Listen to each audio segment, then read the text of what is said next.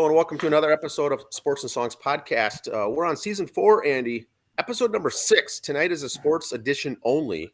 Today is December 19th, 2022. We've got a bonus episode, a special episode, I should say. We've got a couple guests. Special, yeah. Jesse and Craig will be joining us when we do the Big Ten Bowl preview segment here coming up. We'll have those guys on as guests. They will more than likely be future guests on the show as well. But Andy, I'm going to start off with I don't have a trivia question, but I've got a football-related question. Football fact of the day. Fact, we'll call it, not trivia. You know, the Vikings broke that record, and Jesse and Craig can chime in here if you want. The Vikings broke the record this week. Biggest comeback in NFL history, being down 33-0, coming back to win 39-36 in overtime. But did you know what happened on this day in history, this day in sports history? In 2010, it was the miracle at the New Meadowlands. The Eagles on this date trailed the Giants by 21 points in the fourth quarter with 8 minutes left.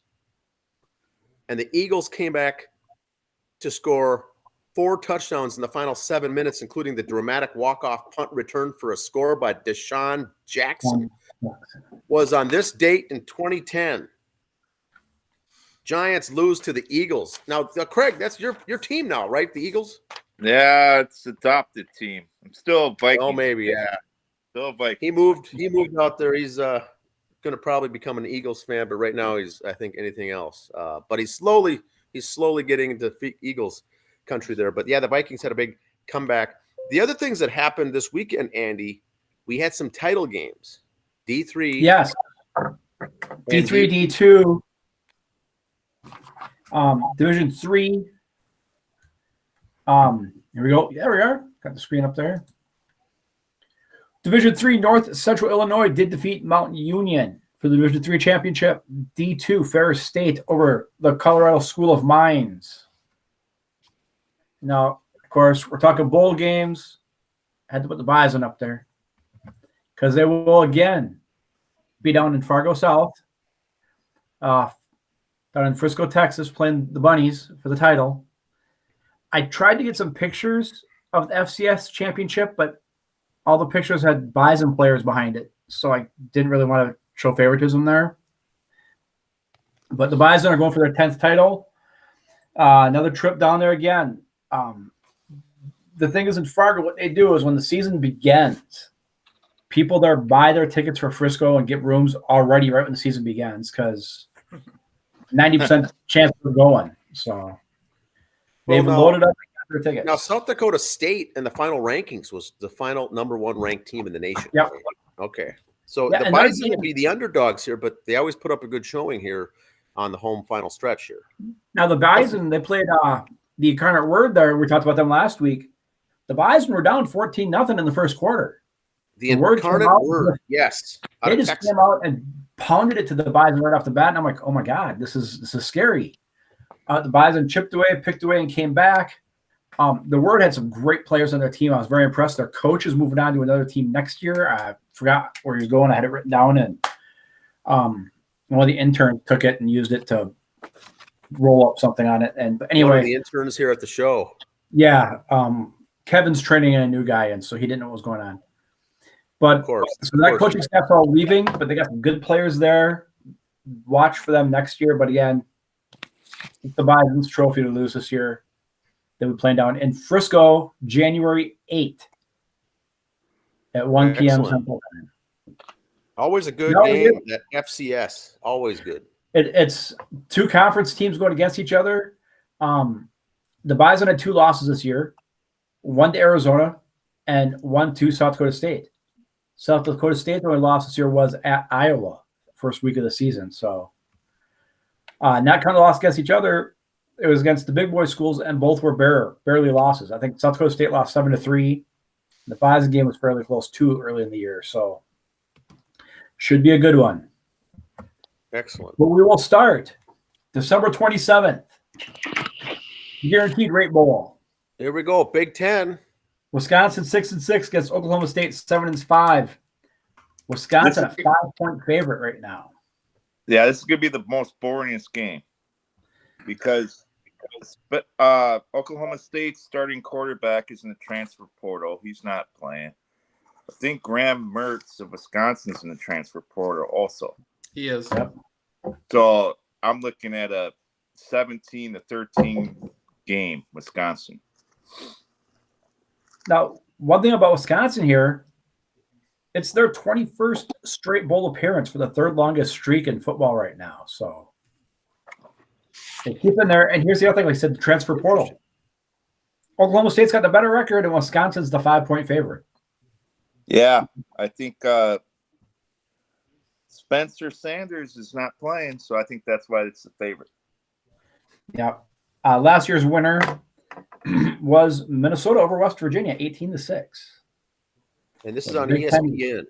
ESPN at 9:15 p.m. on the 27th. Okay.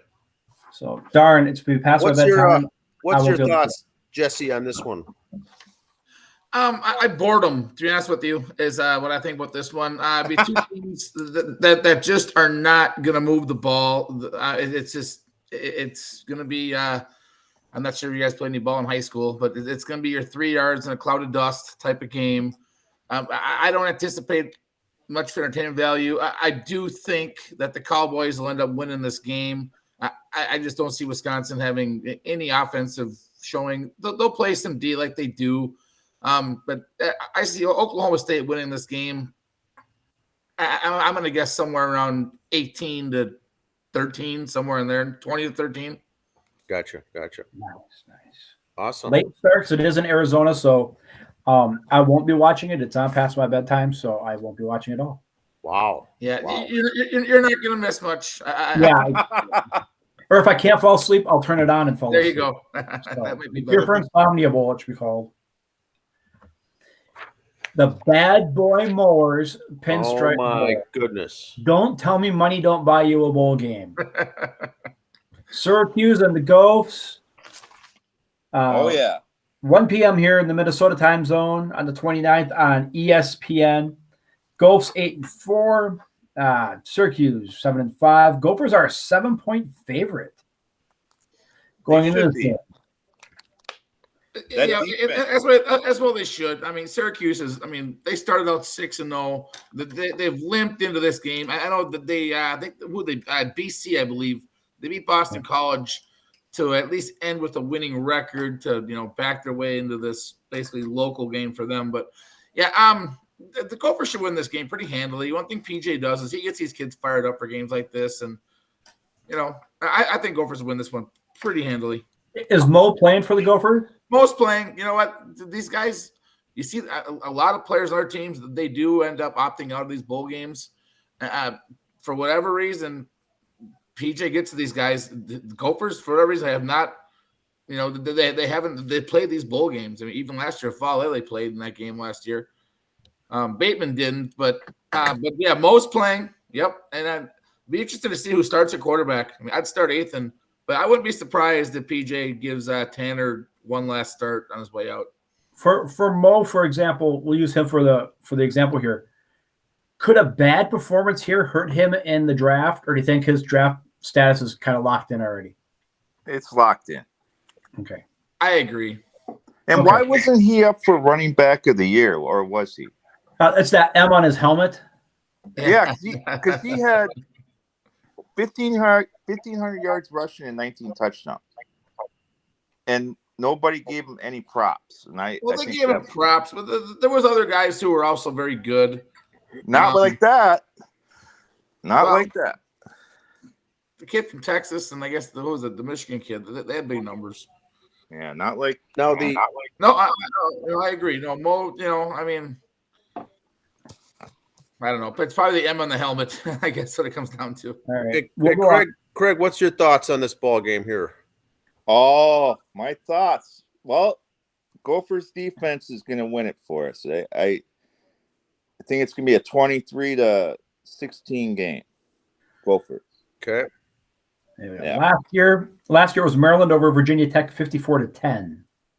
Then they try to keep a New England-based team in that game all the time for fan reasons, but Now the one reason I like this game is the rest of the bowl games are in the South. or if they're in the north, they're in dome stadiums. You get a little weather element potential in this game, is what I kind of like about it. But I might be in the minority there. The fans are usually typically hoping for a southern location, I'm sure, but should be interesting. They were playing the Bronx. First time ever for the Gophers. The Duke's Mayo Bowl. Can't make this stuff up. Number 23, North Carolina State 8-4 against Maryland 7-5. Game is in North Carolina. This is the game known where afterwards it's a dump of Gatorade. They dump a bucket of mayo on the coach. And it's not on a pay channel, so go with that. So it used to be known as the Meineke Car Care Bowl at one time, the Centennial Tire Bowl. It's changed sponsorships. In North Carolina, Maryland's a 1.5 favorite in this one against the number 23 ranked team. Really? Very surprising to me, too. And this is the one game, like you mentioned, the Mayo. I think both head coaches might not mind losing this game at the end. Yeah. Not get that Mayo dumped on you. Yeah. I was shocked at the spread when I saw this as well. Maryland does have some offensive firepower. They don't play a lick of D, but they do got some. They got some star power outside on the edges. The quarterback who can play a little bit. But yeah, at NC State, I think I'm picking them to win this game. And if I was, going to make any wagers on it, this would be one I'd really hit on. Yep. It's on ESPN at 11 o'clock Central Time on the 30th. So, yep. All right, the Duke Mayo Bowl. Oh, my God. All right. The game I thought the Gophers would be in, the Music City Bowl. Me too. It's our bowl game, but the Hawkeyes and Kentucky, 7-5 each. Kentucky favored by 3. Played on New Year's Eve at 11 o'clock on the ABC network.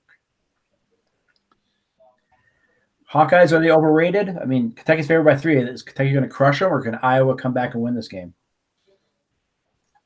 I don't think Iowa wins this game. I mean, I know Iowa's Iowa, and they find ways to win games. They block punts, safeties, all those things.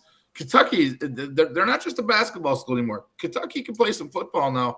They got some players, some guys who can play D. I can't even imagine how many yards that Iowa's going to generate in this game. Kentucky's got a heck of a D line, some good linebackers, and Iowa obviously can't move the ball through the air one lick. So this one, again, I think I just don't see Iowa doing much in this game. Kentucky should win this game. I think, by double digits at least. Iowa beat South Dakota State first game of the season 7-3. Yeah. Iowa got 7 points on a field goal and 2 safeties. They certainly did.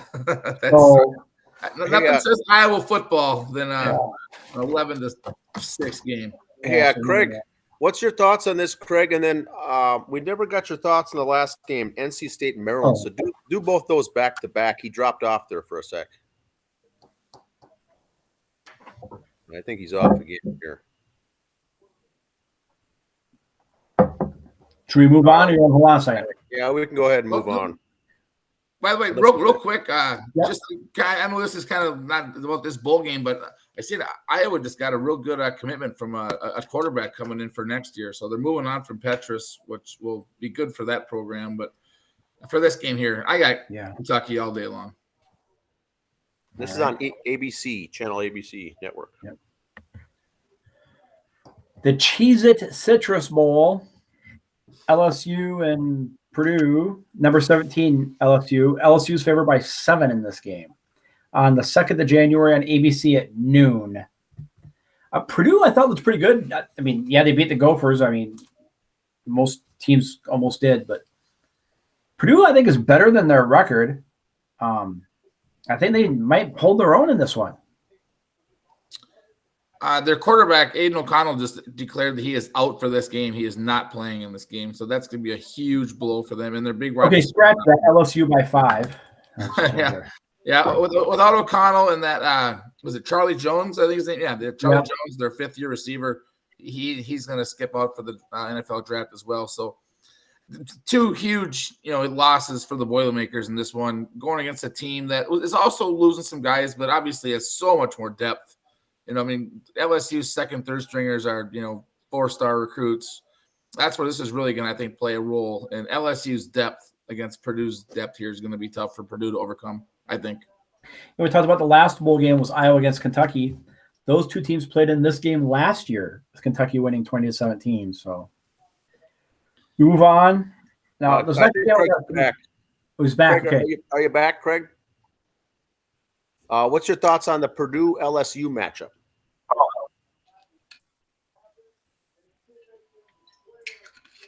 Gotcha. And how about I got to add one note while we wait for Craig here. Yeah. The high school that me and Craig went to has a player on it this year that is going to LSU next year. So that's kind of exciting. Oh, really? Nice. Yep. Now, we kind of go with that local Minnesota news thing. We're okay if you want to name drop the high school, the player. We don't care. Go ahead. Well, a kid named Jackson Howard out of Cooper High School ended up being the number 3 ranked player in the country and the top tight end and number 8 D end in the country at the very end. It's crazy. I actually saw his dad at the bar there. He's going to be going to LSU strictly as a defensive player. No more offense. But yeah, heck of a player. Obviously going to LSU, 5-star recruit. Nice. Oh, All right, here we go. The next game we got. And it's kind of a 2-part question on this game for 2. First of all, before we get into it, it's the request bowl with Illinois, Mississippi State. Listed as a pick'em right now, and maybe I'm sentimental, but Mississippi State's going with the Pirate helmets in honor of Coach Leach, who was a big liked Pirates, not the baseball team Pirates, like Shiver Me Timber Pirates, So they went with a special helmet in honor of Mike Leach. The NCAA gave Mississippi State the option not to play in this game, and they said, "The hell with that! Coach wants us playing. We're playing." So I think that alone is, just from what I know of Mike Leach from reading and seeing stories of him, that's got to be at least worth 10 points right there. And how you can make this a pick blows me away. I couldn't agree more. I could not agree more. I mean, Illinois is decent. They're okay. They're the classic Big Ten team. I mean, they're gonna run the ball, Yep.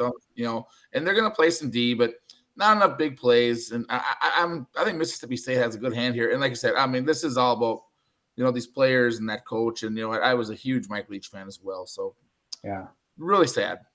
Yep. January 2nd, ESPN 2, noon Central Time here on The Deuce, as some people call it. The Deuce.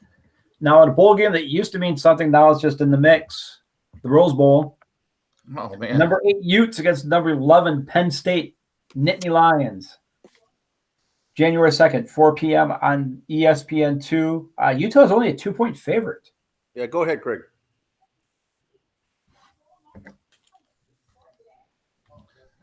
By the way, don't tell the Utes that. I listened to some of their stuff that they came out this weekend. Utah, by the way, their players clearly think they're winning this game, and they weren't afraid to say that either.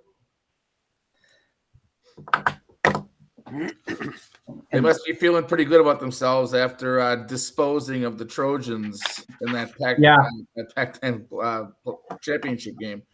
Yeah.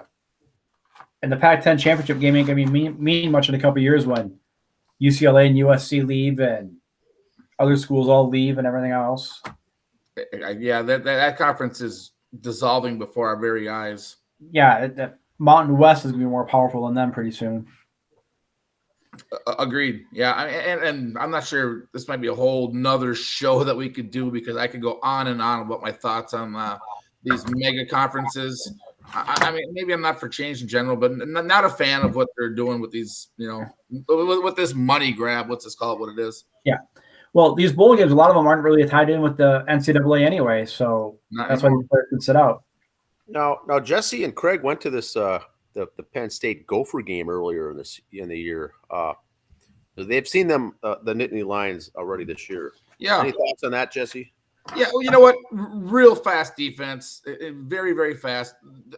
Penn State, they'll let you catch the ball in front of them. They do play kind of a soft shell D, but you ain't running over. You catch it and you go down. They're very, very fast. One note in this game too. Joey Porter Jr., their best defensive player, is not playing in this game as well. Son of Pittsburgh linebacker Joey Porter back in the day.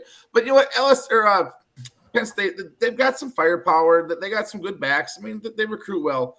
they're a team that can be beat. In fact, I'm picking Utah to win this game. I think Utah is they're more sophisticated offensively. They're going to win, but not by as much as Utah thinks they will. Probably not. But this will be. I'm looking forward to this game. This will be a real tight game. I mean, Penn State probably has better athletes. I think the Utes just have a better scheme, and they got some players too. The Utes do, but I'm picking the Utes in this one. Maybe a little bit of an upset. Well, I guess Utah's got better players. Penn State's got better players, but Utah's a better team. I think so. So that's the sum right there. Yeah. All right. The two games everybody paid all their money for athletes for. The first one, TCU against Michigan. Number 2 against number 3. Michigan's a 9-point favorite on this one. Is that too much or not enough?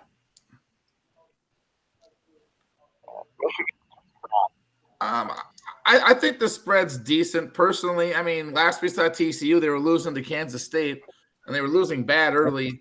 Yep. I mean, TCU, the great defense. I mean, their defense is solid. They got one of the best players in the nation that is Travius Hodges Tomlinson. I mean, he won the Jim Thorpe Award, and they have an outstanding D-line. I mean, they're a top I think they finished like 13 overall in defense. Really good defense. But, man, Michigan can just bring it. I mean, and I know that their main running back is down, but the kid behind him is a 4-star kid who played real good in that Buckeye game. I mean, he played really good. Michigan, I mean, they're going to run the ball. I mean, they're going to want to run it. They're going to run it, and that's just what they're going to do. TCU can stop the run, so that might be good for them. I still think Michigan just has too many athletes, too much star power, too much for TCU, who's decent, have some good players, but the depth, again, not a big thing for TCU. I think Michigan's going to win this one. Michigan, okay, all right, Michigan big. And then here we go, the other game, the other side of the bracket, if you will. Peach Bowl. Georgia against, oh, how I hate Ohio State. 1-4. This is the evening game, or the other game in that bracket. I had the evening one. First game's at 3, this one's at 7, both on ESPN. Georgia by 6.5, they're saying. Yeah, what do you guys think about that?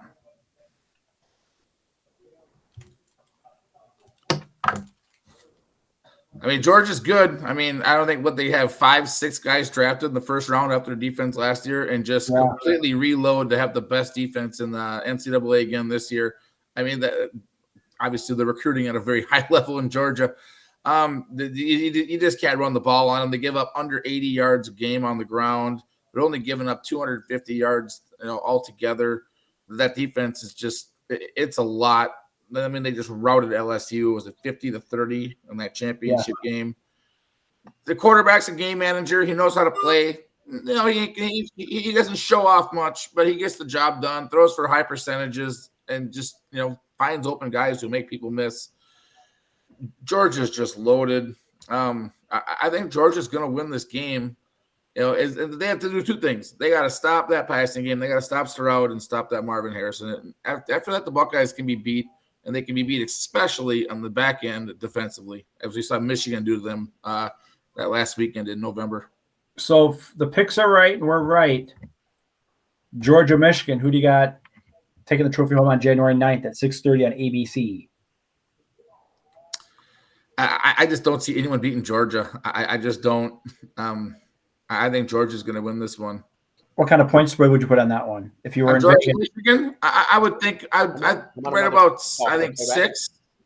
Okay. And we'll make sure to rip you online if you're wrong, and if you're right, we'll just blow over. So I'd expect nothing less. All right, a couple other notes to bring up about college football. We kind of touched on them a little bit here. The transfer portal. A lot of guys skipping games, which is kind of, as you can see, not a lot of people care. But also, like you said, Kansas State beat TCU, and that did not in the conference championship game, and TCU did not move and still makes it. So do they not even care about conference championship games anymore? I don't think they care, but I think they were backed into a corner when USC lost to Utah. I think USC would have been the team over Ohio State to make it, and also TCU. With TCU, the resume was real good, up until that loss. I think they care less about conference championship games, but they obviously care about them. Now, with all this said, like transfer portal, about 90%, 85% of guys sitting out. The other of those think that they're going to be the first round pick, so they're sitting out. Yeah. So that kind of hurts it. Now, like we said, with guys sitting out bowl games, players not taking them seriously anymore. Do we go to a bracket format like D2 and D3 use and FCS use? Again, this is probably going to be a whole show on this because Yeah. I absolutely have opinions on this. If you do this, so I'm looking at your bracket. So are you saying that we should do a 32 team? This is just kind of roughly the 32 game format, and each bowl game, these towns, they can still travel to the independent stadiums. You can still get your sponsorship and your monies for going here. But if they did this, would a lot of players still sit out knowing that, hey, wait, this is a bracket game? This is the playoffs, if you will. Would less players sit out if it was this format? They might actually. I think that they probably would. And in this format, yeah. I think less kids would. Yes, to answer your question, yes. I think less kids would sit out. But now, what your problem now is, to me, I mean, the best thing about college football is the fact that every single week is the playoffs, the regular season, the playoffs. I mean, if you have this format, just think what you're doing to those Saturday nights in November, rivalry week. I'll just give you one. There's a million examples, but one just because we're talking Big Ten. Yep. What happens now with that? Say that Michigan-Ohio State game. Any of them. Well, those games are huge. It's win and in. It's all. I mean, the whole season's on the line. In games, what would happen? I think in games like you're saying here is players would opt to not play in those rivalry games to sit out for these games because let's just say. An Ohio State Michigan game wouldn't even really matter at that point because they're going to go on and probably play again later in that. So I think you're just really, what is that old saying? You're ripping from Peter to pay Paul or whatever. Yep. I just think that I think you wrecked the regular season with this format, and I love the regular season. Like I said, people want more playoffs. To me, every week is the playoffs. So I see what you're doing. I wouldn't be in favor of it. I think if the big schools went to a playoff, I'd be okay with an 8-team max. And then the other games, I don't know, still have them, I guess.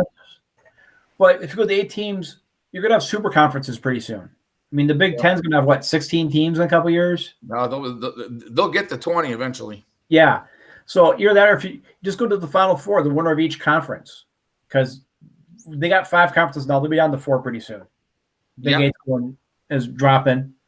So you just have your 4 super conferences and just have the winner of each conference go, there's your Final Four.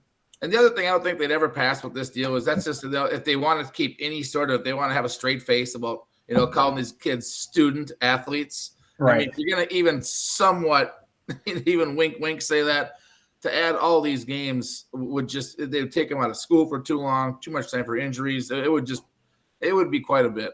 Well, okay, you could say that, take them out of school too long. You know as well as I do that big star athletes aren't in class this time of year anyway. That's why I said wink on the student athlete part. But they still want to keep that up. Yeah. Here's a thought, Jesse. I'd like to get your feedback on this. Where I've mentioned to Andy a couple times in the past is we've got the four teams make the playoff, and the teams 5 and 6 are upset. Let's say you go to 8 teams in the playoffs. The 8 teams, number 9 and 10, are going to be upset that they're not in it.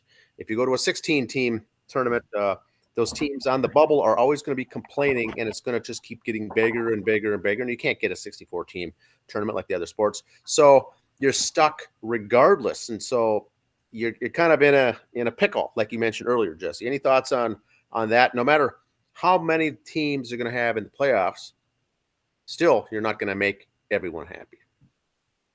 You're not going to make everyone happy. And you know what? Such is life to me. Yeah. That life that's life to me. Yeah. And I did look up before we came on today. So we're going to 12 next year. And you mentioned, because you're right, because what's going to happen next year? Oh, 13th and 14th teams. Oh, they sure got screwed. This year, those teams this year, it would have been Tulane and who was the other one? I can't. Green man, who was it? It Wave, was huh? someone in Tulane. It was one of them. It's like if we're going to sit here and split hairs, that Tulane, by the way, a 2-loss Tulane team didn't make it to the college football playoff. I just think we've gone way too far. And I'll just keep going back to this point. You are really ripping off those great rivalry games at the end of the year when both teams are going to be in the top 12. When they play those games, it's a win-in situation. The winner is going to be, say, in the top 6. Or, if they went to 8 even, to me, I think 6 is the right number with the buys. But you're going to really, really, really, really take away from the regular season, even at 12 where they're going next year. And like I said, I could care less if Tulane, and I wish I could remember the other name. It wasn't Kansas. I forget. Oh, I wish I did the research on it today too. But What I know it's conference? Tulane. I laughed. I'm like, You know what conference it was in? That other team? Well, here's my point though: is whoever, if you have it handy, I just looked at basically the 12 and the 13th and 14th ranked teams. It might have been Central or Southern Florida too, or Central Florida. South Dakota State played Iowa. The Buys have played Arizona State. The FCS played a big school. That's fine and great the first week of the season. But let's get rid of Alabama playing Little Sister Mary School of the Blind in the first week of the season. Start playing conference games right off the bat or higher ranked teams off the bat instead of your cupcake games to start with too. Well, that would work. I'm all for that. I know those smaller schools love those paychecks, and that's kind of why they do it. The first week of the season, that's okay. I'm okay with that the first week of the season. But then after that, hit your conference schedule and go running. Because we're going to have 16 kids in the Big Ten, and you're going to play not even half of them. I could not agree more with you. Yeah, exactly. And I don't think you can add any more games. They've added. Back when I was growing up, it was, I think, 9-0 before the bowl games. You played 10. Now they're up to, there's teams that already played 13 games. Yep. Or 12 games. It was, Jesse, I think it was Florida State or Oregon State. I think it was Oregon State and Tulane. Tulane, okay, gotcha. And I was just like, what are we doing here? Who wants to see them play Georgia or Alabama or whoever your, number one team in the country is? Who wants to see that? Come on. It's kind of like we talked about when we did the high school football picks here for the big conferences in the metro area. Why is the 0-8 team in the playoffs getting thumped in the first round? Well, okay, I'm going to be maybe a hypocrite here. Those are high school kids who, you give them one chance to play a playoff game. I'm somewhat okay with that. At least they feel like, they made the playoffs and they feel like they. I don't know. Maybe I'm being hypocritical or being a hypocrite here, but I'm okay with the high school kids doing it just so they get the opportunity to do it. Yeah, because I've never heard of a high school kid sitting out a playoff game because he's playing college. So. Right? Yeah. I'm sure it's coming though. You watch. You wait and see. I'd actually be willing to bet it's happening right now. We just haven't heard it. Yeah, the injury. That's all I got, Dan. That's all the pictures I had to show. So, Awesome. I'll go bring up back the images here. Craig dropped off again, so it's just the three of us here left, and that's no problem. We got good coverage here from Jesse. That was very good. Thanks again for your time and being able to help us out here on the show. We would like to do more of a roundtable discussion on some of these other topics, conferences, portal, the realignment, all this stuff that's going on. We want to have pick your brain on some of these things here for college football. Yeah, we had a guy on early in the season when the Big Ten started. Talked Big Ten. It's like, we go to 16 teams. Do they go to 4 teams a division? Because you can almost do it geographically. Back when we had 10 in the Big Ten, when we had 10 teams, if you look at the map, Minnesota was the farthest west city there was. So that would be the Gophers, Nebraska, the 2 California teams would be the Western Division. You do a Great Lakes Division, and Well, as long as the Gophers have to play Wisconsin and Iowa, though. They would never do without us playing Wisconsin and Iowa for sure, and they should. Oh yeah, you got to keep some things in there. Michigan, Ohio State, you got to keep that game in there. Yep. There's a way to do it. You just have to, sit down and work out a way. Matter of fact, that's something we could do it for them someday. We should. And that's a good hour show right there. Different options. Yeah. Okay, No kidding. We do 4 team divisions, 2 8s, and then have the top 2 make a playoff for the Big Ten title. How do you do that? Yeah. So many factors. Because the SEC is going to be at that pretty soon. with Texas and Oklahoma going in, they're thinking of going to 4-team conferences because Texas and Oklahoma can put in the same conference then, or else one of them is going all the time. Exactly. Yep. There's a lot to go over there. But it is fun. You know, Jesse, I'm a big fan of the Division III, Division II. The bracket's set, and it's all Me in. too. All you do. And you got FCS. It's awesome stuff. There's so much money involved that it really gets in the way, mucks it up with what your options are because it's all corporate. Yeah, and you look at all the money they pay to televise the bowl games, and we were kidding about it earlier. Here, I could not watch Coach Primetime's last game as a coach because we got the Viking game instead. Because that game was supposed to be the ABC game. Jackson State. Yeah. Deion Sanders. They could have put that game on, Channel 7, the other station owned by ABC. They could have moved it elsewhere. I agree. I'd rather watch some of the college games than the pros. Just that's me. I say more than I mean. I always say all season long. How am I going to watch these Sunday games after yesterday? Saturday games way outweigh Sunday games to me. They're so much fun. I love flipping around like FS2, FS1, or FS2, where it's like Southern Texas against Oklahoma City State. Those are fun games to watch. I couldn't agree more. Couldn't agree more. All right, thanks for your time, Jesse. We'll thank Craig too for his time. Andy, that's all we've got. Let's do it again sometime, guys. We'll have to do it again. We'll get you guys on and we'll talk some football. But this is good. Well, Andy, are you going to rank and see how everyone did on their picks? No, because last time I took track of picks, it was for the Prep Bowl, and I won one game, so I do not keep track. We did it for the Prep Bowl, Jesse. And I got one right, and so yeah, I'm gonna go back to audio and change all that. That's later. why I like to stay out of these Big Ten games. I'd rather have the professionals do it. Jesse, I'm sure you and Craig will be much closer than us, Andy and I, on these picks. But we'll see how you guys do. We'll post the results after the new year. Have a happy holidays, everyone. All right, see ya. Hey, very nice to meet you guys. Yeah, see ya. Yep, Merry Christmas.